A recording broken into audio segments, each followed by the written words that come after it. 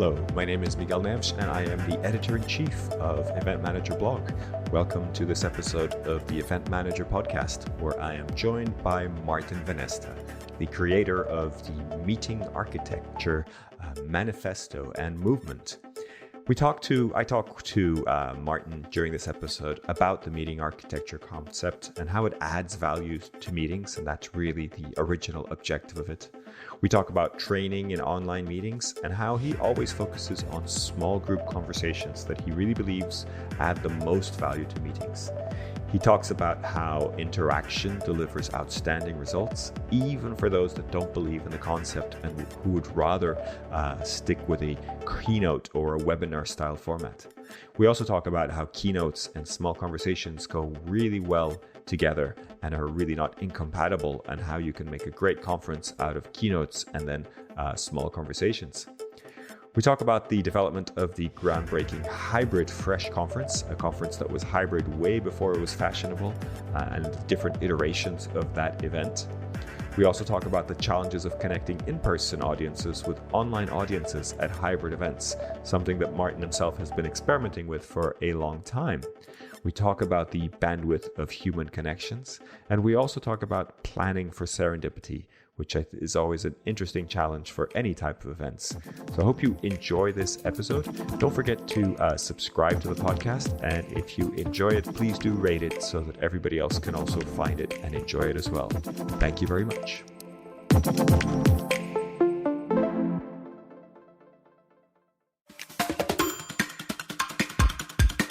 So I'm joined today by the amazing Maarten Vanneste. Maarten, thank you so much for joining us today on the podcast. For those who don't know Maarten, I met Maarten in, I think, 2008 or something like that, I believe through MPI. And Maarten wrote a book called the Meeting Architecture Manifesto, which I actually used for dissertation and research and lots of different things through my career. So very inspiring book. So I wanted to welcome you on the show and maybe invite you to tell us a little bit about your background. You know, who is Maarten Vanneste for anybody who doesn't know, and how did you become Maarten Vanneste, if you will?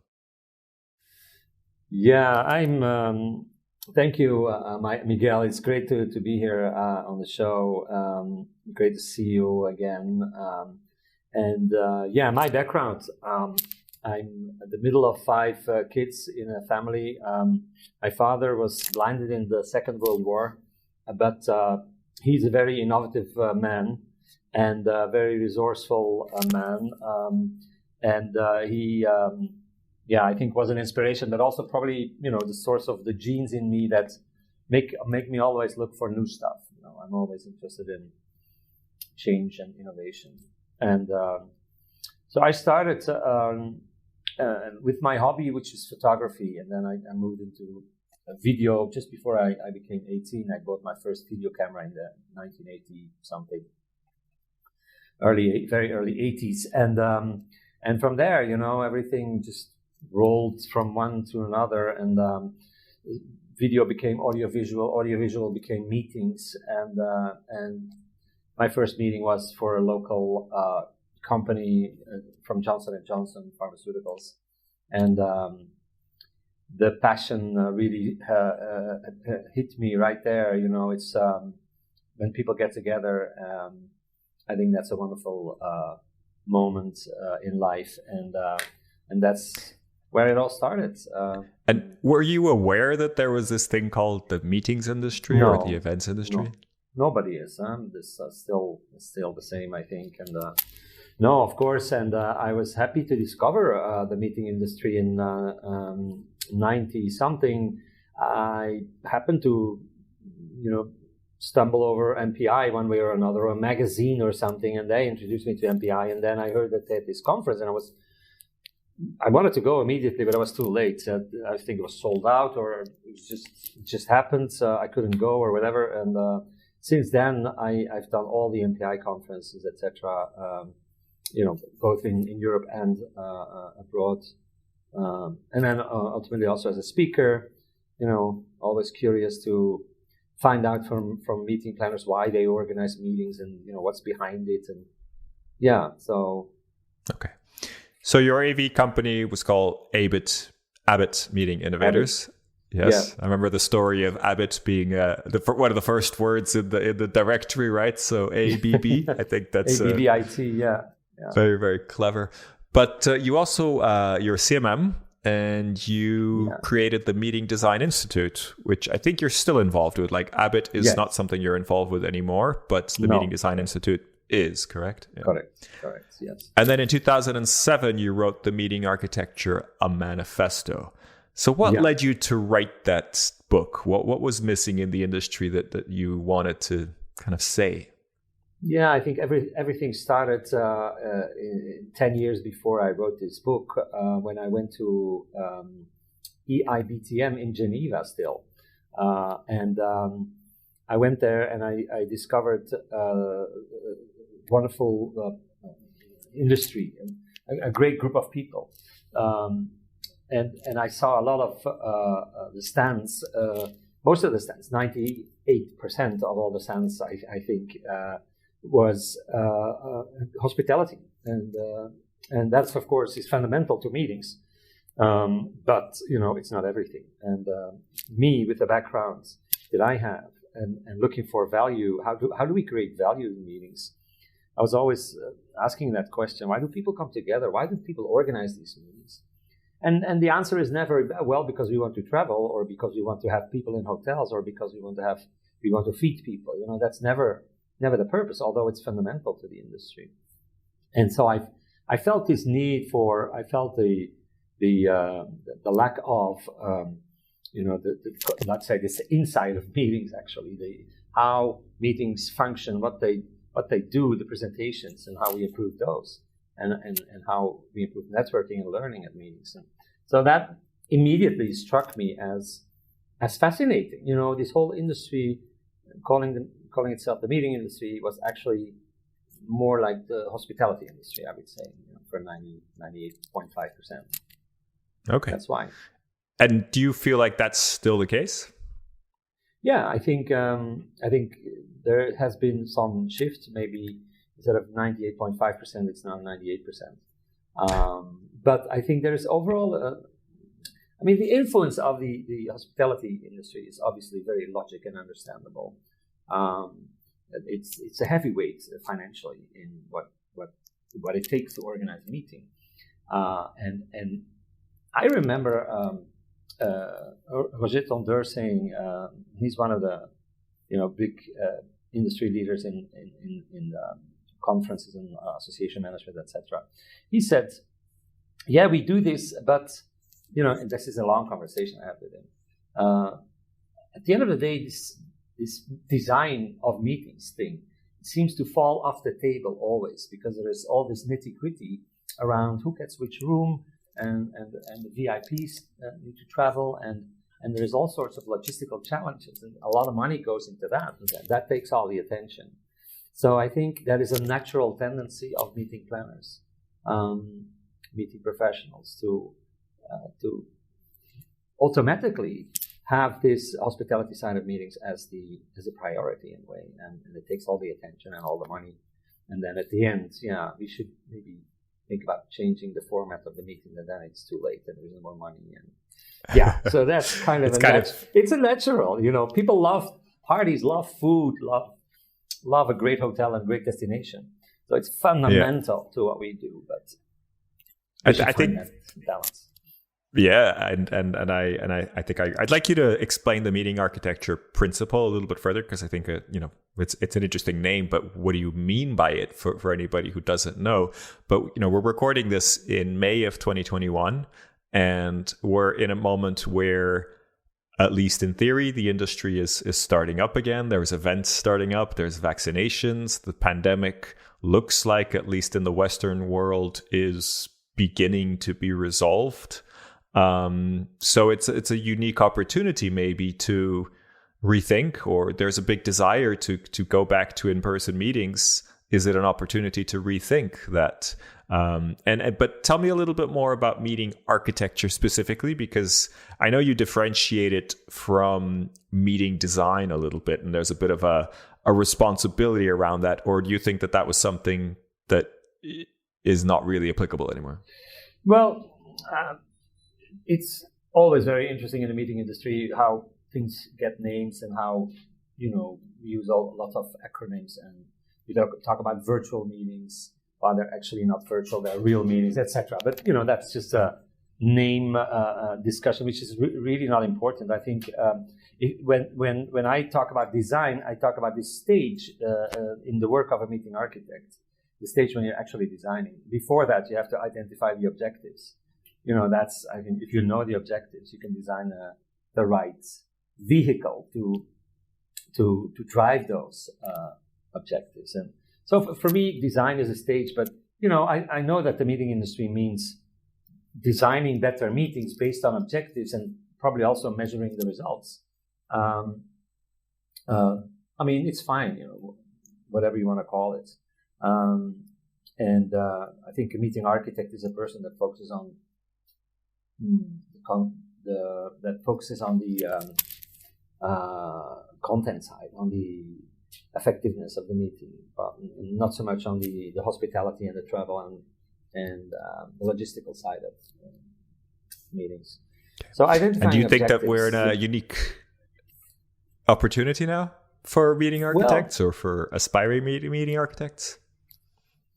I don't know. I don't think a lot has changed. We had a break, we had a pause, and I think what has changed is the I wouldn't say embracing of technology. I think people were forced, to use the technology and have now a bigger or a higher level of confidence, I think, with online meetings. I think they all discovered a lot of opportunities and possibilities, and so that's definitely a good thing. Whether that will help us in creating more effective meetings, I'm not sure, because I've seen what people call an online conference, and it's actually a series of webinars. So I don't think the challenge has gone. I think there is maybe a set of new challenges, but fundamentally the things remain the same. We need to do a better job in bringing people together, making people meet, making people get to know other people, increasing the networking, the quality and the quantity of networking above and beyond everything. I think that's the unique side. That's the unique thing that happens at meetings, and I think we need a lot of innovation there in improving the networking side, both online and offline or on site. Online. One of our common friends, Ruud Jensen, talks a lot about limitations and how limitations can improve or, I guess, force creativity. And in one way, you could see the lack of in-person meeting as that type of limitation, right? But you don't. Have you seen innovative virtual or online events that you think are a result of that creative process or that limitation that boosts creativity? Well, I know that a lot of the students that I've trained around online meetings in the past months, that they are doing a lot of online stuff that they've never done before. So I think that's a big success. That's pushed by the crisis, pushed by the limitations of not being able to do in-person meetings, and that's a good thing. They've all discovered, and some of them more successful than in on-site meetings. They had bigger meetings than before, they had more participants than before. So yeah, I think that definitely is happening. Okay, tell me a bit about this training that you're doing. There's other things that I know you've done in the past that I wanted to mention, but tell me a little bit about the type of training that you've been working on lately. So the training that we've done was for online meeting design. So it's about how to do an online meeting that is more effective. And then, of course, you have to see a number of technical things like, the equipment and internet connections and, what to do when with speakers and how to brief participants. And there's a lot of things. But I think the most important thing that we trained was about the scripting. how to make a script that works, and how to keep those core purposes of meetings central to what we do, and not do webinars. So I think we made the mistake for many years now, or it's a weak point of what we've done in the past. Is we just give speakers the stage and they speak and that's it. While there's so much more you can do in a room with people and a speaker. And the same challenge we have in online meetings. So the training looked at how you can have small group conversations, and I think that's a big deal. If you have 5 people, 6 people, and give them 10 minutes to talk about the topic that was just presented by the speaker, magic happens. People love that, or most people love it. And that's just great stuff. And I think it works really well. Participants in the training, got the tips and tricks and examples of how to get that small group conversation in an online meeting, for example. Okay. I like engaging meetings. I like conversations. I like small groups. But it's not for everybody. And I've had very interesting conversations with smart people online saying, you know what, I don't think my attendees want this engagement. It's intimidating sometimes, the small meeting group and the camera on and all those kind of things. What do you say to that? I say to that that it's a gut feeling.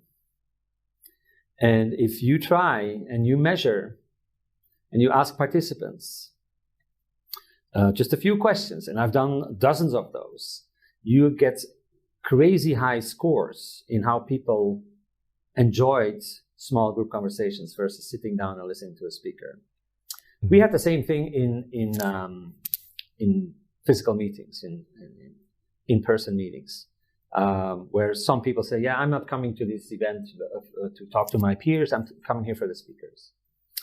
Well,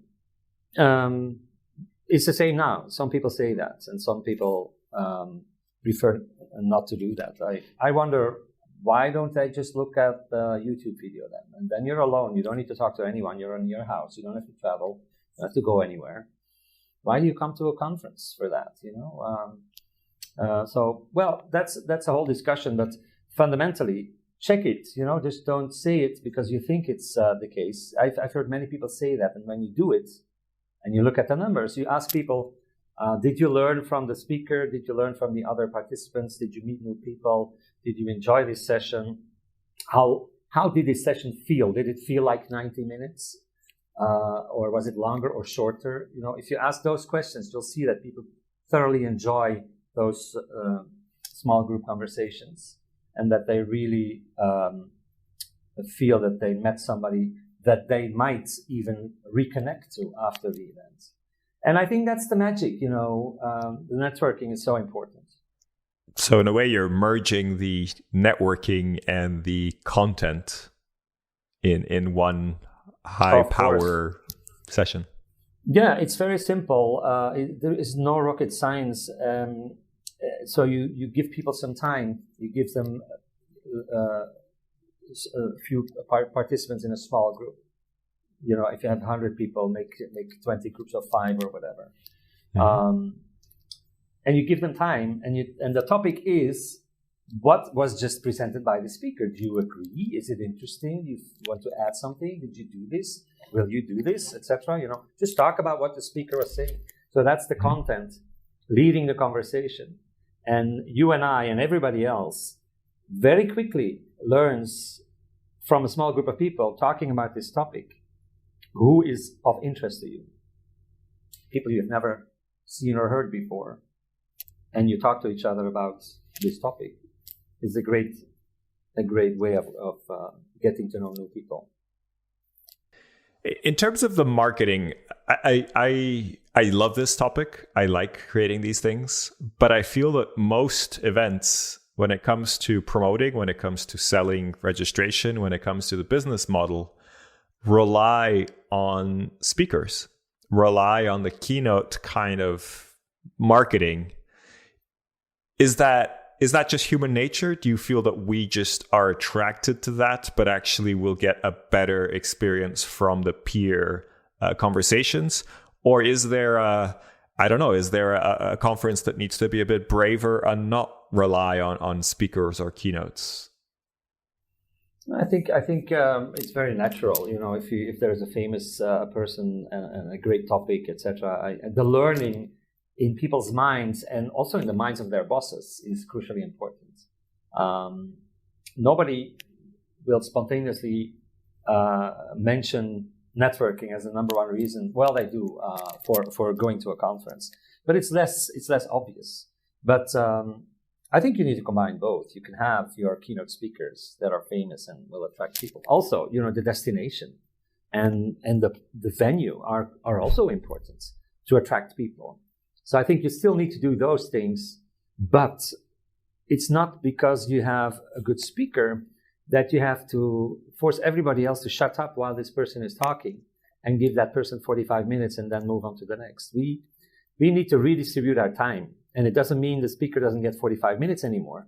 It means you get a 90-minute session and 45 minutes is for the speaker and 45 minutes is for the participants. But you chunk it up and you mix it up in a script of seven lines. And so it's perfectly compatible with keynote speakers. It's just not Absolutely. Filling a conference or an event with keynote speakers and no time to discuss. Yeah. That's really where it's an issue. Yeah, it's not a lot of work more, but it is a little more work, to create a script and to help the speaker and to make sure that this actually happens and make sure that the participants stop in time, etc. You need kind of maybe a little more time, a little more effort, and maybe also a facilitator, that manages this process, so it works well. But I think, on the other hand, the value that you create for your participants is so much higher.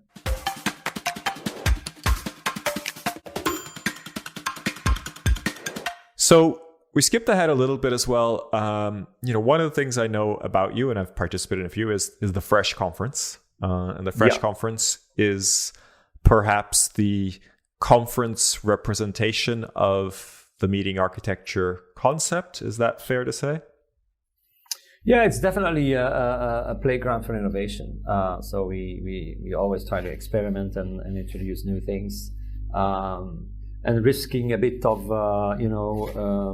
not always. It's not always a hit. Sometimes you just do something and you evaluate, and then it doesn't seem to be that great. But that's the kind of risk we can take with the Fresh Conference.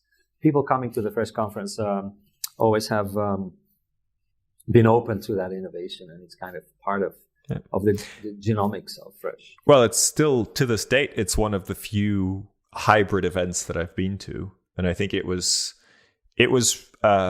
I don't know, I don't like the term truly hybrid, but it was a very hybrid concept for the first 5-6 years, something like that. Yeah, with a sort of large audience and a live video feed. And then since, I think, 2017, if I'm not mistaken, it's been a sort of multi-hub concept. Am I right in saying that? Yeah, we've done 2 years of multi-hub, and I think that's a very powerful concept, especially now with some borders opening up or national meetings being possible, but not yet international meetings. So it's a great concept for having groups of people still come together, but not everybody in the same place because of the regulations or the limitations that we have. And then the multi-hub. For those who are not familiar, can you explain what you mean by multi-hub and how it plays out? Well, I don't like to use the term true multi-hub to go back to what you were saying about the true hybrid, but yeah, I think the true multi-hub meeting is a meeting where all the hubs, which are different cities or different hotel venues or different meeting rooms or different countries. So all these groups of people in different places are connected in sound and in video in all directions. So that it's not a webcast to groups of participants. It is a real unification of these groups.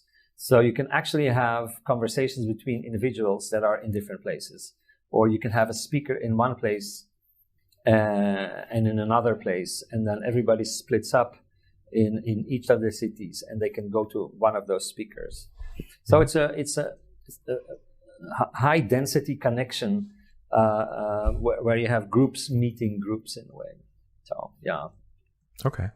And so, one of the things we've been looking at EventMB is for hybrid events, and of course hybrid can take many different formats, but we're kind of questioning whether the on-site or the in-person groups want to meet with the online groups, because I feel like most events that are going hybrid are actually looking to separate those groups and do networking. But when you're sitting in front of a computer and the person you're networking with is also sitting in front of a computer, it seems natural. And when you're on site, it seems natural to meet with other people who are physically there with you. But this kind of trying to bring those two audiences together, particularly at the individual level, is that something that we want to do, or is that something that kind of breaks the experience? What's your experience with that? Yeah, we've done something like this at one of the Fresh conferences. The thing is that everybody that sits in a group is in one of the hubs, is in one of the cities. Every individual that wants to have an individual conversation with somebody else needs to have a laptop or a device, that has a camera and preferably a headset. So it takes you out of that on-site group for a while, and that can be important. It depends on who the other person is that you're talking to. But that individual could be in another hub. It could be an individual that is at home, but it could also be an individual that is in another hub. So, in that sense, it's maybe a little early now, a little too early to do that. I think it requires some innovative software that hasn't been written yet, where every individual, whether he or she is at home, or whether this individual is in a group somewhere, a small group or a big group, but that every individual is also part of a list of people that you can choose to connect with on an individual base. You can make one-on-one appointments, and it shouldn't matter whether you're in a group or at home. You do need to set apart some time for that in the script. You need this networking moment, and then actually do something, actively support it and actively organize it. I think we need some additional software to be able to do that. Well, we've been speaking to a lot of app providers, which, meeting apps have been sort of irrelevant for the last 15 months or so. But from what I've seen of the cross integration between virtual event platforms and app providers, I think we might be there. There are apps now that are using very low latency video formats, proprietary formats, that now enable you to have a almost real-time video feed. So you have the keynote speaker on your phone, provided you have enough bandwidth, and you can watch that almost in real time. I think there's maybe a half a second delay, something like that, which I think is fine if you're not in the room, and if you're in the room, it might be a bit confusing. And these apps allow you to do one-on-one calls instantly within the same environment, so within the same event environment. So I think we might be there, technologically speaking, again, with the caveat of the bandwidth, or 5G might be, the next step. But because you need video calls, right? Yeah, exactly. Yeah.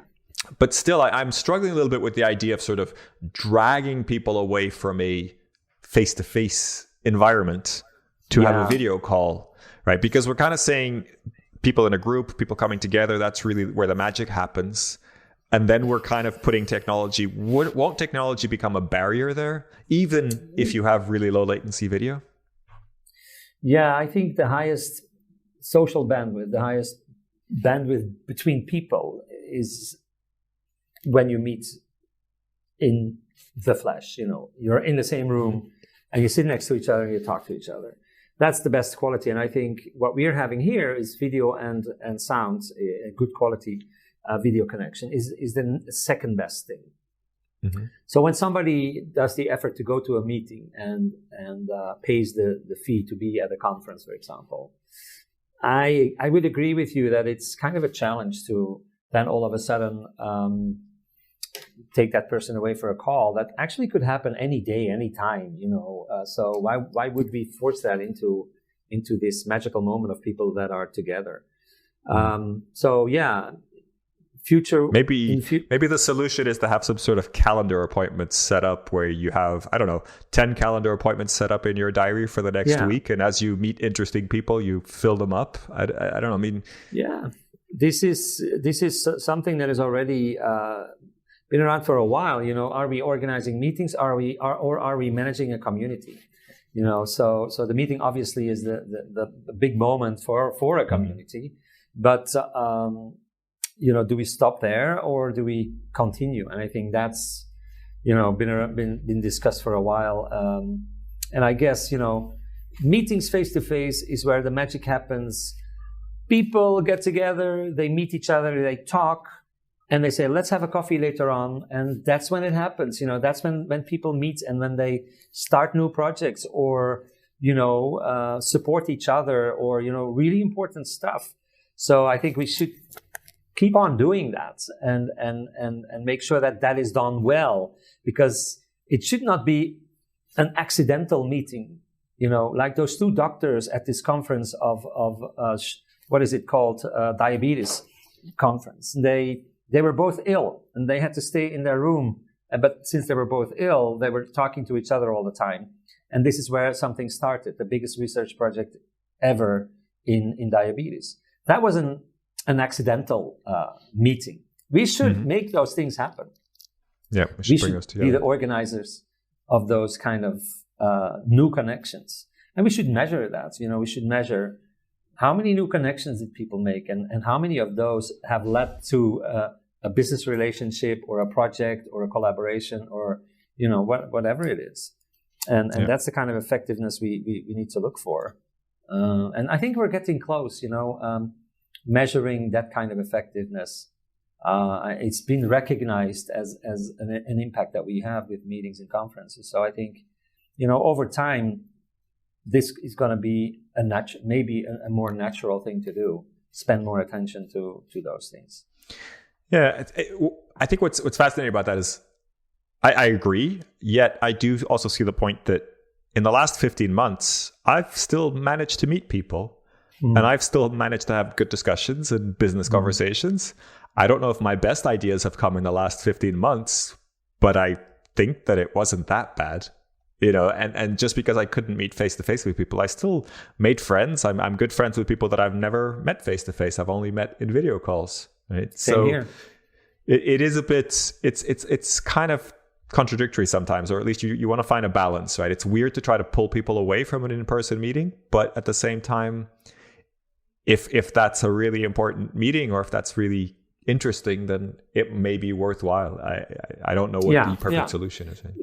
Yeah, I think if it happens, it should be limited, or it will be limited, because people don't want to be taken away from this unique moment. I mean, it's in the moment of being there together, sitting at the same table, that is still of a higher value of all the online stuff that we do, even if it's the best online stuff ever.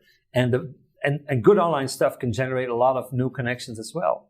But, if we still organize face-to-face meetings or on-site meetings or in-person meetings, I think we need to respect that in the moment, in the same place, uniqueness of that event and give people time to actually be there together. I had an interesting chat with Paul Nunes da Silva and Miriam Hadness, who I didn't know before. We were on a call on the IAF, the Facilitators Network, and she made a really interesting point, which I wanted to share with you, which is I talked about the value of face-to-face meetings and those bar conversations that you have at the end of the day that can lead to really amazing things. And she made the point that actually the magic of meeting face-to-face shouldn't rely on bar conversations. You should build those into the actual event. And at first I was a bit kind of taken back and maybe even a bit defensive, but then I kind of reflected on what she said and I was like, actually, that's a really good point. Because, we're both able-bodied, white, reasonably well-off, educated people that do well in bar conversations. that's not the majority of the world, right? Absolutely. And if I'm an introvert, if I'm not able-bodied, if I don't drink alcohol, if I can't be close to people, if there's a pandemic, there's lots of reasons why bar conversations can't be what we rely on to make it worthwhile to attend events, right? And you have to flip that round and create those serendipity and synergetic moments in the event as part of the event, and not rely on the bar later, right? Yeah, and we could talk about this for hours, because serendipity and bars and sitting next to people that you already know, there is a lot of stuff to be said about that. For example, serendipity, it shouldn't even be serendipity. If you have a conference of 1,000 people and you have 10 sessions, and in your session is 100 people, those people are people with the same interest as you in this topic, in this speaker. So that's already a filter. If then somebody can make sure that there's only strangers sitting at the same table, you split friends at the door, which is very easy and can be done very friendly way. You sit with strangers at a table during a whole session, and in that session there is 3 moments of 10 minutes for conversation with those people. I mean, that's not serendipity anymore. It's kind of close to a really organized. Sitting with strangers, talking about a topic that is close to your heart, all of your hearts, and that makes things happen. But that doesn't exclude the bar, because you meet somebody at a table like that, and you have a great conversation, and maybe you exchange business cards, and then later at the bar, you see that this person is there. You go to that person and you continue the conversation, and that's already 2 conversations in one day. Very quickly, you go from I know this person to I like this person, to I actually even trust this person, because you already had 2 conversations in one day with that person. Your image of that person becomes really complete. So serendipity is nice, and we can help serendipity a little bit. It's almost as if you have a blueprint for these things, and you can architect these serendipitous moments. Yeah. Oh yeah, absolutely. And that's what I think we should do. I think the value of meetings will double or triple if we do this well. If we just have speakers on stage and we just give them the room and we give them 45 minutes, that's just lazy. I'm sorry to say this, meeting planners, but that's just lazy. I mean, it's because you don't have time for anything else, maybe. I mean, okay, so I don't want to insult you. So it's because you don't have time for anything else. We need to find time. We need to spend more time on this. It does take time. Maybe we need 2 people instead of 1 for planning a meeting. One looking at logistics and hospitality, and the other one being the meeting architect, maybe. I don't know. But that may be something that you suggested, I don't know, maybe 13 years ago or 14 years ago now.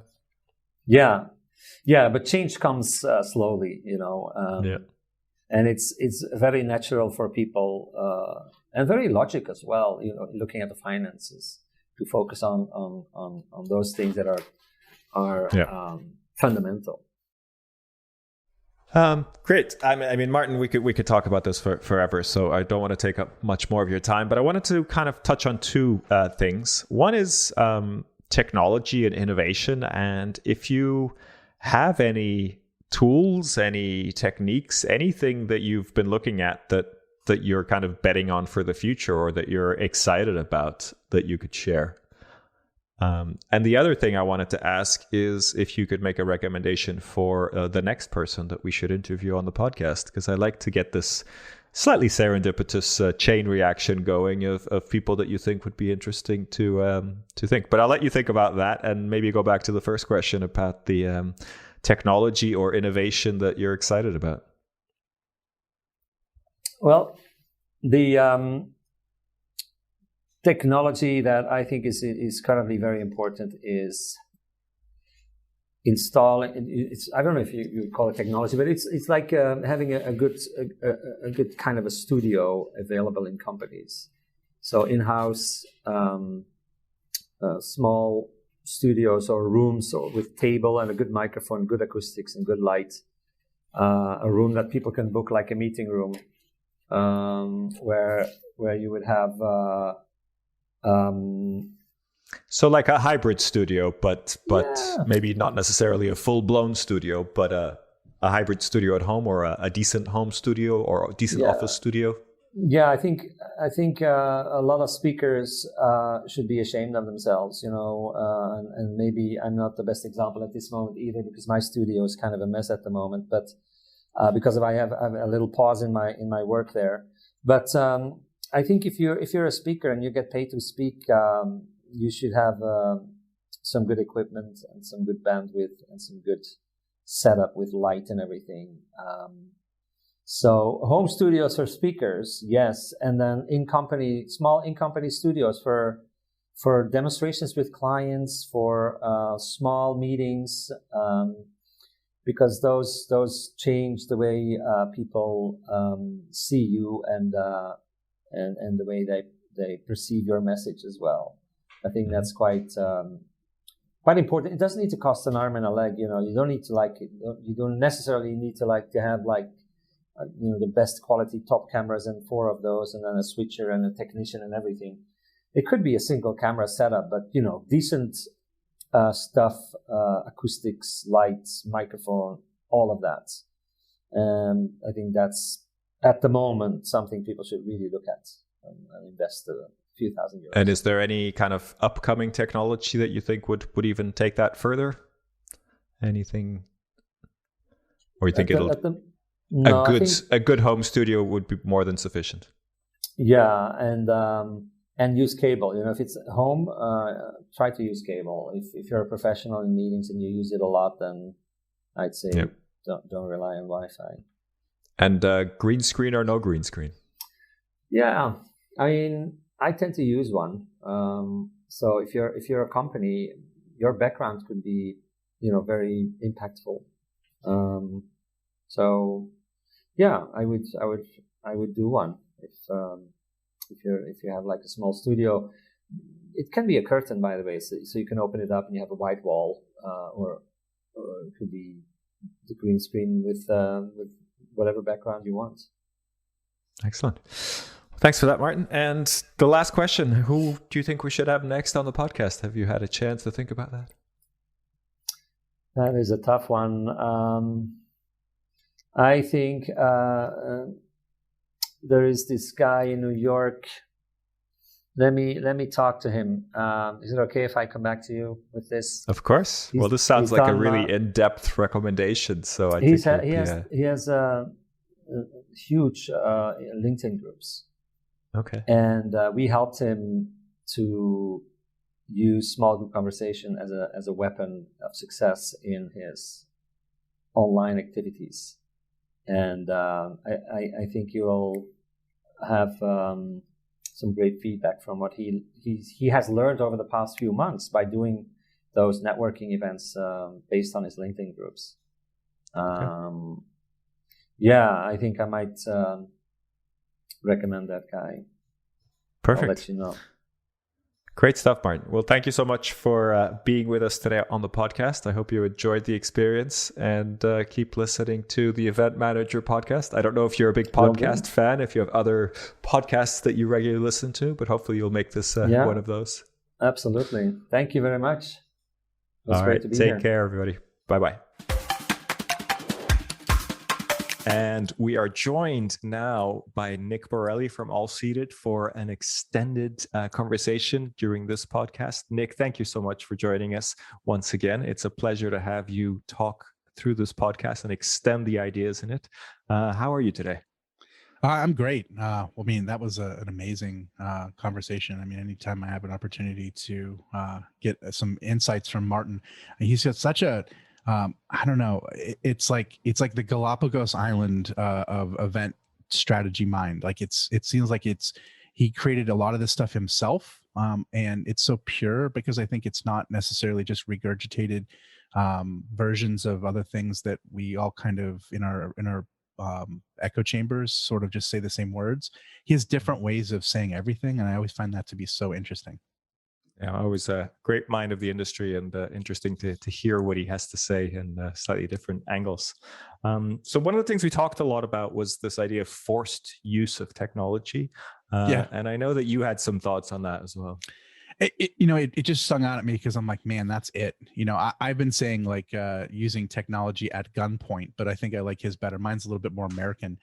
So maybe I could soften that a bit and use forced use. But yeah, I think that there is something to be said about there being a difference between embrace of technology and this idea of forced use of technology. And I was just like, man, I have such fears around that because I've spent years and years doing lots of presentations around bridging the gap between technology and its implementation and use with live event professionals in order for them to really have all the tools they need to get the things they need. You know, because I think that event planners shouldn't be on the most stressful list. I think event planners should be considered, you know, rock stars in organizations. I think they should have to wear a lot less hats. I think a lot of things, you know, that would come really from being able to show what you do and the outcomes explicitly. And I think that technology is the way to do that. And I just hope that after we went through this, you know, this bad year, that hopefully not only did you just learn how to use the technology, but you also learned that it is your friend, it's a tool, it's neutral, it's not trying to take your passion away from you, it's not, you know, doing any of those things.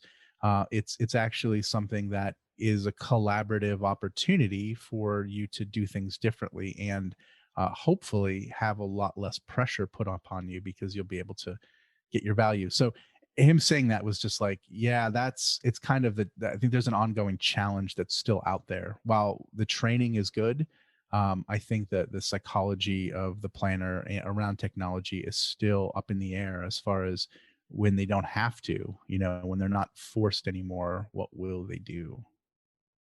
Sure. And with Maarten's work on the meeting architecture manifest, and I know you've done a lot of work in terms of strategy and meeting design and everything like that. I think it's really interesting to. I mean, this is a unique time. You know, we're recording this episode in May of 2021. We are hopefully coming out of the pandemic.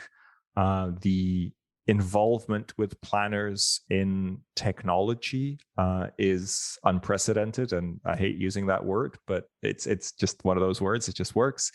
But how have you seen all of that? Because, you know, we've talked about technology, design of events, all these kind of things for years, and there seemed to always be this barrier, and a little bit of what Yeah. Maarten was talking about, right? This forced use of technology. But suddenly it's like you're just going to have to figure it out. Have we kind of developed at an amazing speed in terms of design, or was it just this like forced use of technology and we've figured it out? The thing that I'm probably the most excited about from a standpoint of a line that's been crossed that can't be go back, and therefore we can't sort of be I don't know, uh, let's say, Rubicon. yeah, is the investment. So like there's so much money that's been invested in these platforms and so many stakeholders that have an interest in the success of event technologies actually taking root, that that's not going to be thrown away, you know, just because someone's like, I'd rather just have, you know, a party and invite, you know, people that I like and hope for the best, you know, like that kind of party planner mentality of days gone, like the worst, I think, of kind of what we can be, you know, our lowest potential. I think there's so much money invested in our highest potential now that that's going to push things more, people outside of their comfort zone more than anything else, because there's going to be investments made in training you know, a new crowd potentially. Hopefully we didn't experience too much of a brain drain, but there's going to be enough energy and time put into that because the investments have been made. I mean, millions and millions of dollars. So that part is exciting for me because, you know, I know that money will make things happen, even against people's maybe feelings, because it'll be worked out.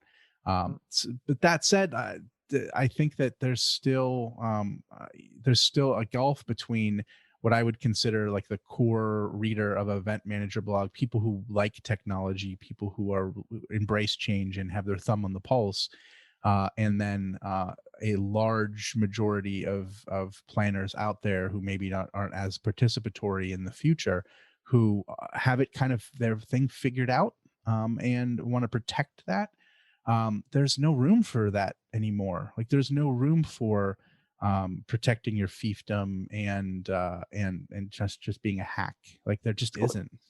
I wonder, because you were saying that hopefully there hasn't been a brain drain, but do you think that perhaps this has been kind of like a Darwinian litmus test for people who are disposed or not to use technology over the course of 2020? I mean, if anyone has left, surely it's those people who they're one are group more likely not to have been able to avail of the tech solutions that are there. Yeah, I mean, I always hope for any kind of asteroid to come and wipe out the dinosaurs. I always hope for a kinder version of that. But at the end of the day, that's what's required, for progress. Those people gone, that just accelerates what would have happened already. From an objective macro level, I go, it is what it is. That's good.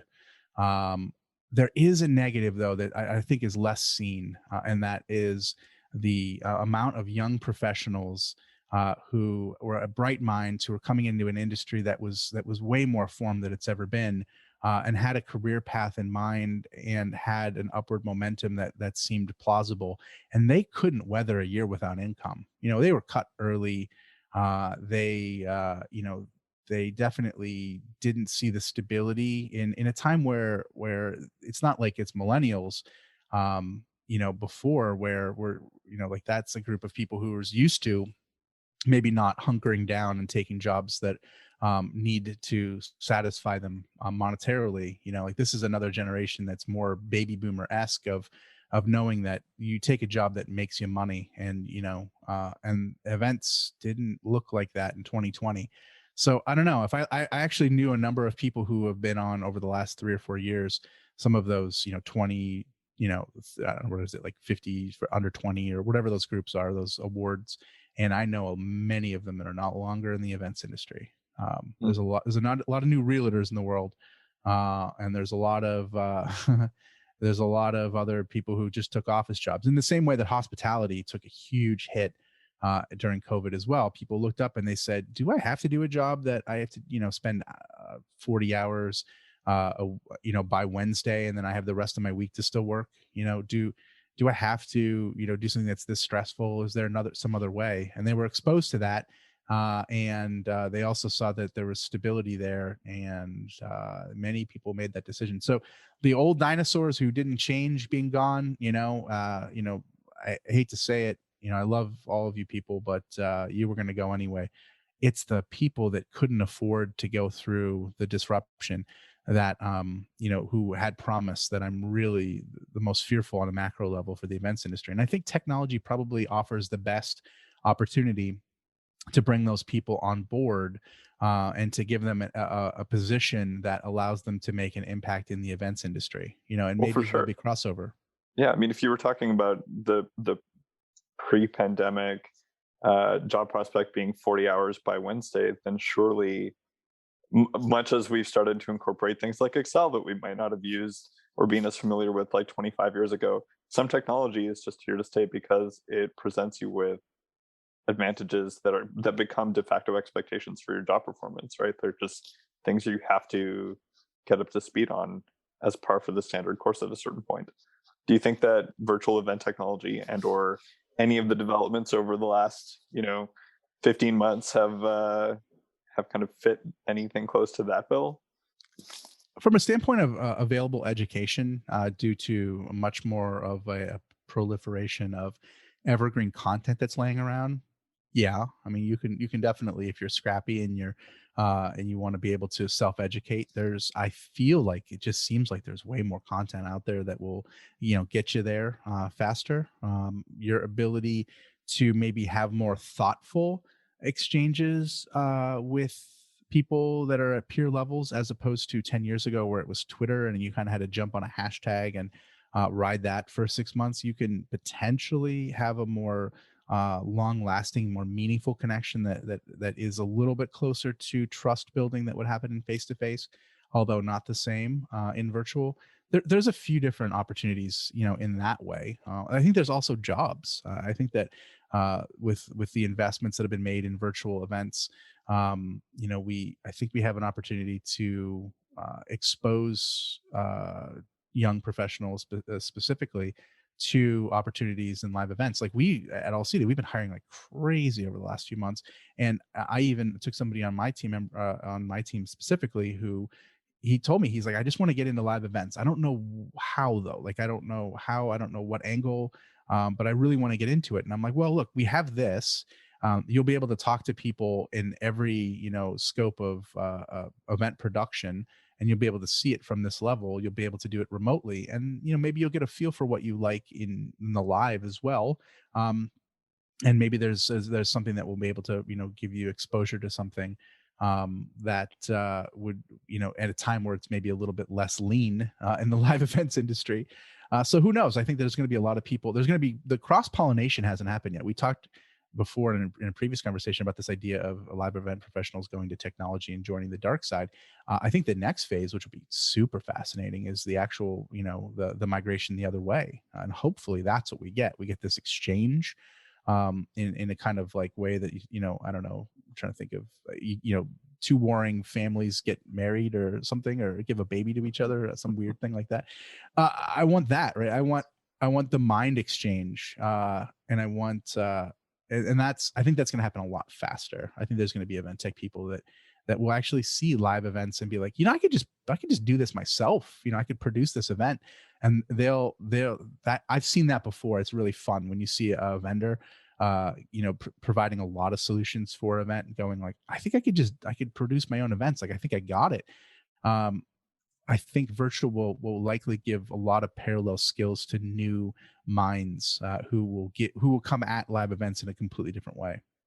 I've seen definitely a lot of jobs going on the planning side at the moment, so hopefully that's also a good sign, and they'll be equivalent or kind of at least appealing to those on the tech side. Or interesting developments coming up for sure. I wanted to touch on something a little bit that Maarten talked a lot about, which is this idea of designing the experience of the event, and this focus on the smaller group conversation, and how that is, according to Maarten, at least, from what he said, is really the thing that has the best scores, is really the thing that people remember, take away with them. And I mentioned that some planners and some participants aren't necessarily looking for participation or that real, deep engagement, particularly on the online events. And Maarten was very clear that he believed that it was just a thing you had to get over, right? It was like a butterflies feeling. It's like, once you get over that, that'll really be the best experience. How do you see that? And I know with All Seated, part of the experience can also be the small group experience, or the casual conversations. Is that something you think about a lot? I don't even know what percentage of satisfaction from our attendees and clients comes from those. If it's lower than 80%, I would be shocked. The small exchanges are the big deal when it comes to people on our platform, for sure. We are not a broadcast first platform. We're not a like, our first priority is not content distribution. Our first priority is making connections, and giving people the opportunity to make the connections that they want to make at the pace that they want. There's not a timer timing you down to give you anxiety in each exchange. It's not that. It's you need to be able to freely connect with other people as best you can. And that's how every event really is scored. All of our testimonials come from things in like that, from exchanges that are probably 5-6 people tops, but more often 3-4. And the feelings that people have, the emotional anecdotes that we get back, are things like, I was tired after attending your event. And we were like, oh, well, we're sorry. Like, what did we do wrong there? And they're like, no, I was on. on, like I was actually physically on the whole time because I was really engaged and I was there. I wasn't also doing emails. And we had a lot of people, which myself included, actually, I shouldn't even say this, but I jump on some events of, clients that are just to, walk around or whatever. And I have the intention of saying, I'm just going to go on for like 30 minutes, pop in the platform, see if there's anybody I know, and then pop out because I have, I work for them. I can have that luxury. And I stay for like an hour or two. And I'm like, I didn't, I have to text my wife, I'm not coming down for dinner. That's like, that's a different proof. And that only comes from, that's because the content was on, was fire. That wasn't it. Like the content, I'm very, very accustomed to just saying like, I'll consume it when, later in archive. I'll consume it, when it's something that makes sense for me in the style I want, whenever I want, on demand. To me, that's what I expect from content. I know that's not the same for everyone, but that's my type. What I will get caught up in is a good conversation, and I'll let everything else slide. Like even one thing that we see. So here's another crazy, really quick anecdote that was just like everything to me as far as what we are as a platform. Planner, I was having a conversation with an industry event. There was a speaker, and there was an announcement made. Everybody go up front, and we're going to hear the speaker present. And we were in this conversation of like 5 people who all knew each other, been in the industry for quite some time. And one of the planners said, "Couldn't you force everyone from a platform level to go up front?" And I said, "Yeah, we won't, but we could from a technology standpoint. It's really easy. I could take over the audio. We could move their avatar, against their will." And she was so excited when she heard that, because it's probably her dream as a planner to be able to, physically move a human being against their will and put them in front of a presenter where they're supposed to be. And I said, yeah, but when you do that, you miss out on not only to the quality of the engagement for that person, how they score it. Like this conversation is more meaningful to them. What if they were in a conversation that was the deal of a lifetime, the person that they needed to meet there? And the presenter is going to speak now, and that it get whisked away. So that doesn't happen for that person. And number one, number two, from a planner standpoint, you don't get that data. Like you get to find out, okay, so these small groups of conversations, like this is actually what's important for these types of people. So you can even get more specific as far as who are these people in these small conversations, from a persona level, from a data level. You can design better to design more opportunities for these small meetings that are better for that group. All those things go away when you guide people too much. So that's one thing that I think we look at quite a bit when it comes to these small opportunities to have conversations. I think the hallway conversations are the meat of an event, and that sometimes the content is, I don't know, the sizzle. It's totally opposite of a lot of people's thoughts on that. I grant you, but I think that it's those things that you don't expect in the conversations with a couple people that pay for everything else that you do while you're away or while you're at a virtual event. That's so interesting, that's sort of the philosophy and the take behind All Seated, and I think it makes a lot of sense given what Maarten was saying. I am curious though, if like I've been in events where I've tried to network with people and find really productive people to have productive conversations with that would either make a lucrative and or productive connection in an ongoing basis down the line. And I've definitely had a lot of impromptu conversations that didn't really go anywhere with people who were not qualified. And there's a certain kind of randomness associated with moving around a general event space. So do you think that, particularly given that we're all, at least for now, indulging this kind of virtual space, that there's room for smaller niche events that create a more cultivated, more curated audience in general, rather than sort of trying to package everything into a couple of annual conferences where everyone shows up, and you're trying to do that with a much broader pool of people who may not be as relevant to you? I don't think, and this is a really this is a really broad statement and maybe not exciting for everybody to hear, but I don't think an event with 5,000 people is a smart design. I think it's necessary, but I don't think it's smart. I can't network with many more people than a certain handful anyway. We have the technology and the tools now to be more purposeful, to be more use algorithms, to use personas, to use event data, to be able to put people in the same rooms that should be together. Um, of all the models that exist now, the one that has me the most excited, frankly, is hub and spoke. Like, I think it's the best of both worlds. I think it gives you the opportunity to have that community epicenter, to have lots and lots of people excited about a specific date, and to make everyone feel like they're part of a community and have that belonging that is required. Like, I think of WEC as a good example. Like, I can shorthand, have conversations with people and talk about that as the thing that we're all looking forward to, and it works. It's excitement, and that having 50 of those things spread across the calendar would diminish the impact and the potency of the of all the time spent on it. It would be very hard to market too. But the hub and spoke kind of takes that and says, well, what if we, put different people in different venues in different cities and online and face to face or what have you, based around a number of different criteria to give you the community comes together, and also the networking and connections to be much more intentionally designed. Because you put 5,000 people in a room, tell me what your intentional networking design is. I mean, sure, there's probably sessions and things like that with like overly designed questions that people have to ask each other, or there's some kind of like third party matchmaking thing on top of what's happening, and it always feels kind of, to me at least, awkward and not that human. I don't like shot clocks for networking personally. I don't like I don't know. I don't like a lot of that stuff. Like, I just want to be a person that sees another person and has a conversation.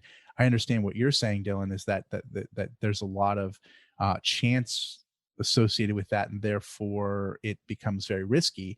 That's where I think the smaller events really reduce that. There's a little bit more moving parts, obviously, with hub and spoke.